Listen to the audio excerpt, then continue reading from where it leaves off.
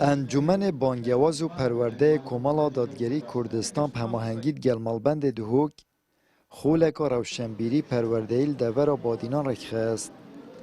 اف خولش بخمت پیشوبرنا کار اسلامی دور پرچکنا پشکداران روشنبیریا اسلامی هات انجام دان. ام خولا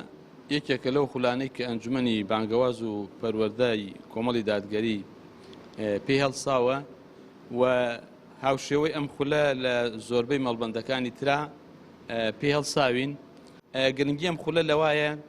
لە ڕووی ڕۆشنبیری و سەقافەی ئیسلامی و سەقافەیەکی ئیسلامی باش بە بەشداربووان بدا و بەرچاوڕوونیان بکە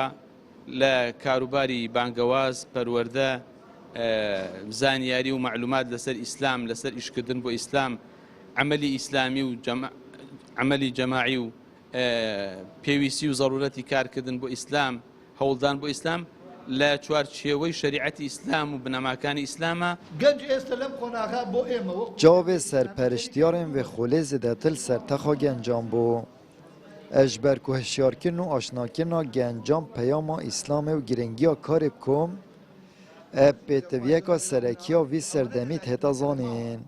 پراستی گلک یا مهم و یا گرنگ و یا جه خدا بو افخوله بینوکرن داخل که ما پیبیت هشیار کرن و خاصتا تاخ گنجا چون که پراستی وقتی هم بر خود دینه واقع خو افریقا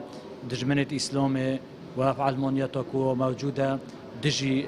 بیرو باورت ما بسلمان شورت کن و بر گنجت ما دنا خرابیه و ریکت خلط و ریکت خراب جل برو هنده گلک و میمه که افکار بین انجام دان دا گنج بیت هشیار کرن و لازمه گنجت مش اتشیارم راستی ات عاقل و جیر بن و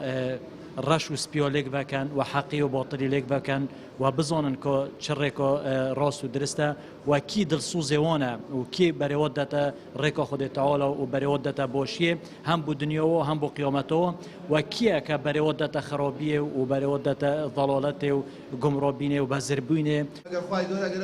خولا فرقام چندین ناونیشان گرنگ و آماده بونا کمک آمامستان خدانشیان المالبند دوکی کمال دادگری کردستان هات انجام دان